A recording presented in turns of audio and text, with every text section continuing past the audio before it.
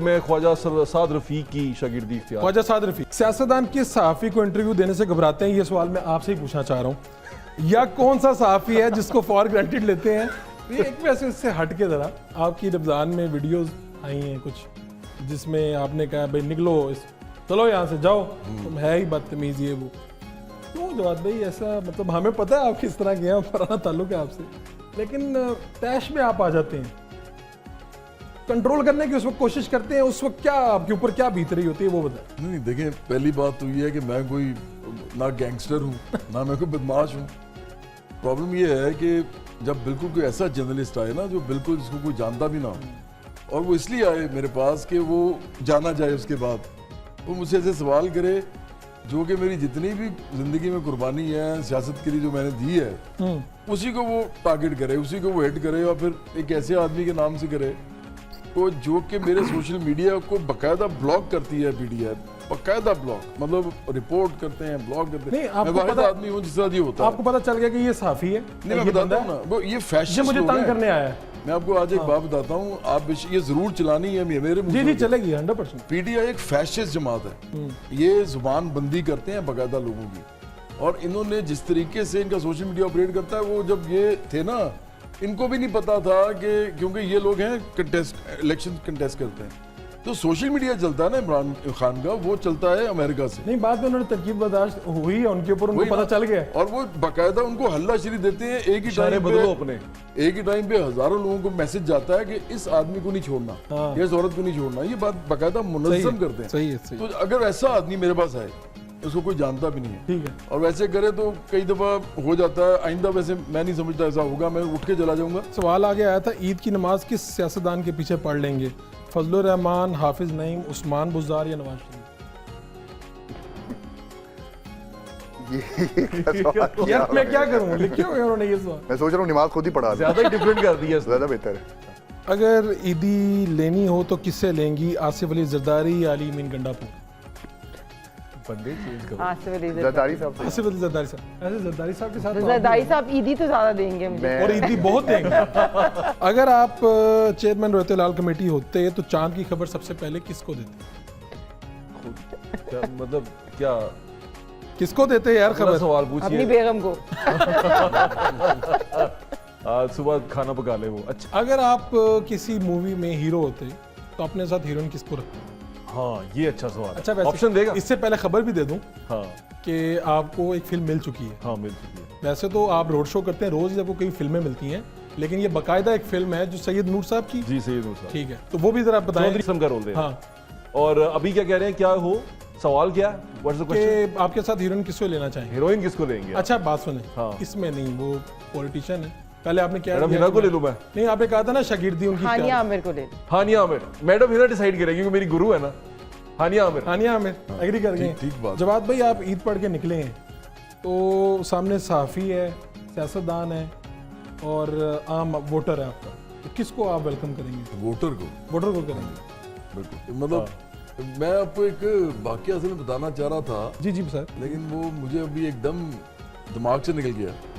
Actually वो बड़ा important वाकया था, लेकिन तो बड़ा अच्छा वाकया बात करते मैं थोड़ी देर के बाद याद कर लेता हूँ। तो उसका कोई ताल्लुक जो था वो इसी गुफ्तगू से था। ठीक है, एकदम अभी इनका वाकया सुनते हैं, चूंकि वो चला गया ब्रेक पे, हम भी जा रहे हैं एक ब्रेक पे, ब्रेक से वापस आएंगे, ईद की जो शाम है वो मजीद खूबसूरत बनाएंगे। Welcome back. जैसे ही मैंने कहा वेलकम बैक, मेरे प्रोड्यूसर ने कहा हिना भट्ट साहिबा से स्टार्ट करेंगे। तो हिना भट्ट साहिबा, आप वैसे सियासत में आए अब काफ़ी अरसा हो गया, मेरे ख्याल तीसरा टेन्योर आपका जी असेंबली में। आपकी उम्र तो नहीं मैं पूछ सकता, लेकिन अगर आप बताना चाहें तो मैं रोक भी नहीं सकता। मैं सियासत में आई हूँ 2013 में। 2010 में I did my MBA from LUMS। After that I open my own fashion brand and in 2013 I entered politics और it's my third tenure. Jawad भाई, जब आप मशहूर हुए हैं, हाँ जी, कौन सा वो साल होगा और पहला क्या वाकया हुआ जिससे आपको पता चला कि यार मुझे लोगों ने पहचान ली है और आप हैरान हो गए हो कि यार मेरी शोहरत इतनी दूर तक चली गई है? कौन सा वो वाकया हुआ होगा?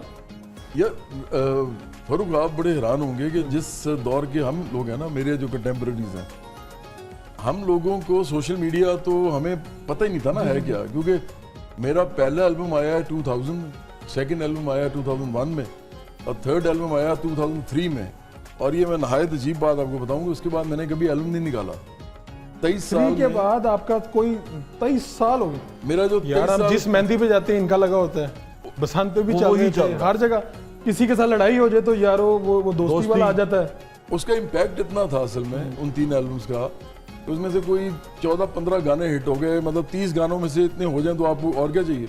तो मैं फिर और कामों में लग गया, वो हमने तालीम पे काम शुरू कर दिया, पोलियो का एम्बेसडर मुझे बना दिया गया, फिर मैं एक हमारी ऑर्गेनाइजेशन थी वो चलाता रहा, फिर सियासी पार्टी बना ली।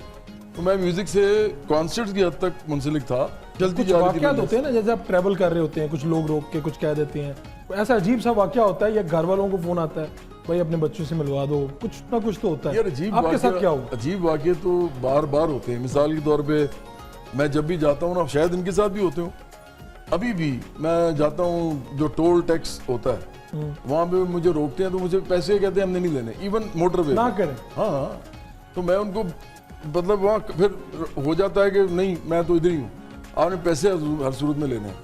तो इस तरह की चीज़ें होती हैं जो कि बहुत मतलब अच्छा लगता है, और बड़ी तकलीफ भी होती है कि यार ये गरीब लोग हैं लेकिन देखें कितना प्यार मोहब्बत करते हैं। आप ज़िंदगी में जब ये तीसरा टेन्योर है मेंबर पंजाब असम्बली होना, और इतनी बड़ी आबादी में ये बड़ी फ़ख्र की बात है।